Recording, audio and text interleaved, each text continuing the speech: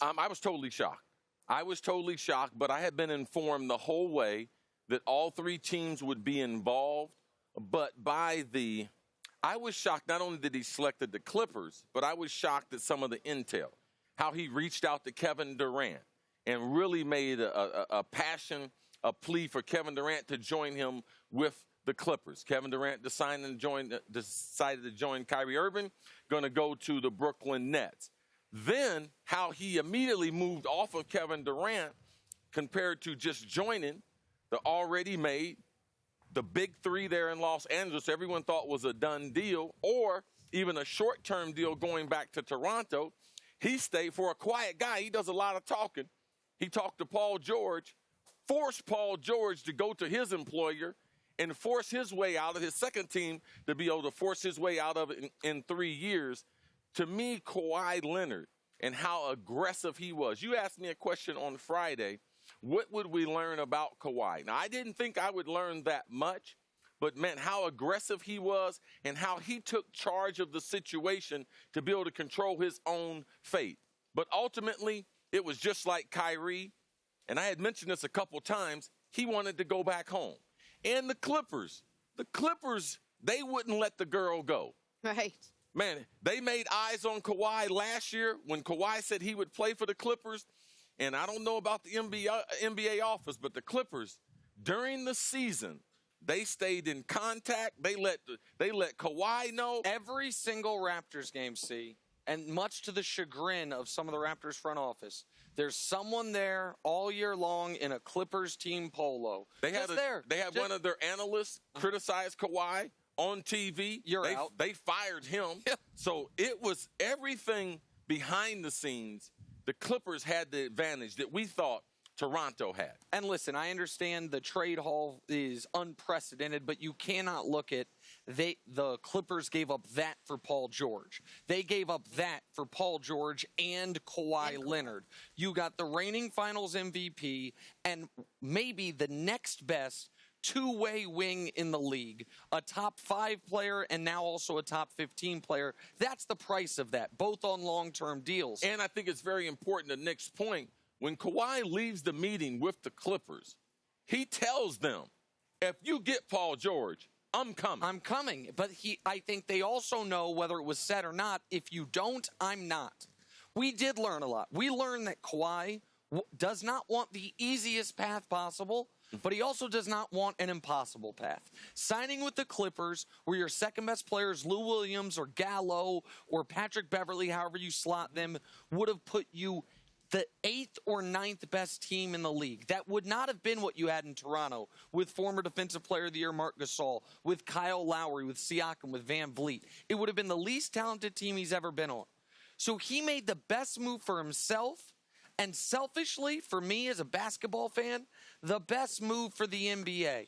Because now we don't have a super team. We don't have where one team is a favorite against the field. We have a third of the league that legitimately believes they can win the championship. That is exhilarating to me. And the other thing we found about Kawhi is there was a lot of reporting that people don't want to play with LeBron.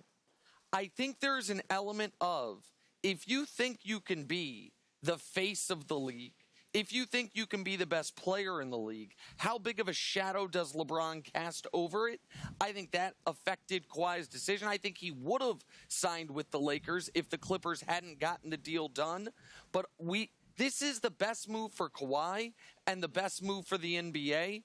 Everyone except for Lakers and Raptors fans this morning or late Friday night, early Saturday morning should have been thrilled with what just happened. Why do you think that Kawhi didn't want to go play with the Lakers? We talked about how winning was very, if not the most important thing to Kawhi Leonard. It would have been the easiest path, as Nick mentioned, to go to the Lakers.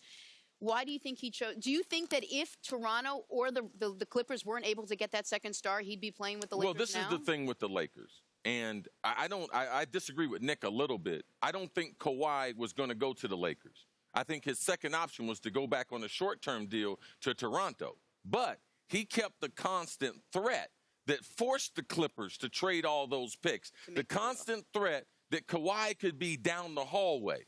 That right there made the Clippers, because I think they were more afraid. The Clippers, if he said he's just going back to Toronto, they might have been okay running it back. Yes, but you can't, in this case, with the Lakers with their reputation, the Clippers with their lack of a reputation, you can't allow Kawhi Leonard to join one of the greatest collections of talent ever, and you have something to do about it. So Kawhi, I believe, he played his cards just perfectly. The Clippers thought that he could go to the Lakers. I knew he could go back to Toronto. I was informed of that he could lean towards a short deal and go back to Toronto in like the 11th hour of the overall deal. But very, very intriguing of how he put everything together and made all three teams think that potentially he would sign with them. But to answer your question, Jenna, because Kawhi understands what I understand, what you guys understand, what seemingly everyone around the league understood, except for in an odd way Kevin Durant, which is all championships are not equal. And if Kawhi had signed with the Lakers, and you have the best player in the league, the third best player in the league, and the sixth best player in the league, slot those three guys however you do, and they're minus 150 favorites, even if they go win a title, that title is not worth 50% as much as the one he believes he can now win with the Clippers. It is not about the hardest path, but it is also in sports not always about the easiest possible path. And that's why Laker fans shouldn't be crushed by this, because you still have a really good team, and if you are able to get to the top of the mountain, it will be totally vindicating as opposed to, oh, you stacked the deck. First, the Lakers made a lot of mistakes. Magic Johnson, the intel that he let out of that meeting, that was a mistake. Now, you can say, well, he's not working for the Lakers. Well, he's one of the faces of the Lakers. Some of the injuries that they've had in the past, Lonzo Ball, him being injured, 2 years, Ingram, his injuries, questions about the medical staff. How severe was the injury to LeBron James? Why did it take him so long to come back? So Nick's talking about the championships. I don't believe Kawhi looked at it that way. The Clippers were the team to beat, and he didn't have the trust in the organization, didn't have the trust in the front office, and or in their medical staff. That's how the Clippers, besides pulling the trade, that's how they were able to gain Kawhi's trust in this matter. The Lakers are going to be all right. But Kawhi, and I think we got Austin Carr coming up later on, I think a lot of the old school NBA players, they're happy we have someone like Kawhi because he level set the league. There ain't no more super teams. Yep. And if you want to compete, it's about competition. That's the way it's been since I've been a kid. And I'm sure these guys that have played the game and are covering the game on a regular basis are excited that Kawhi Leonard decided, you know something? I'm not going to take the easy road in life. There's so many people who want the easy way, the microwave. He took the hard one. I'm going to be down the corridor, but I get one guy to be able to fight with. You saw what I did last year. It's going to be an exciting. I'm excited about the NBA since the mid to late 90s. Thanks for watching. Subscribe here to get the latest from the show. Also, be sure to check out more of the best clips from First Things First, or go watch a few segments from our other shows on FS1.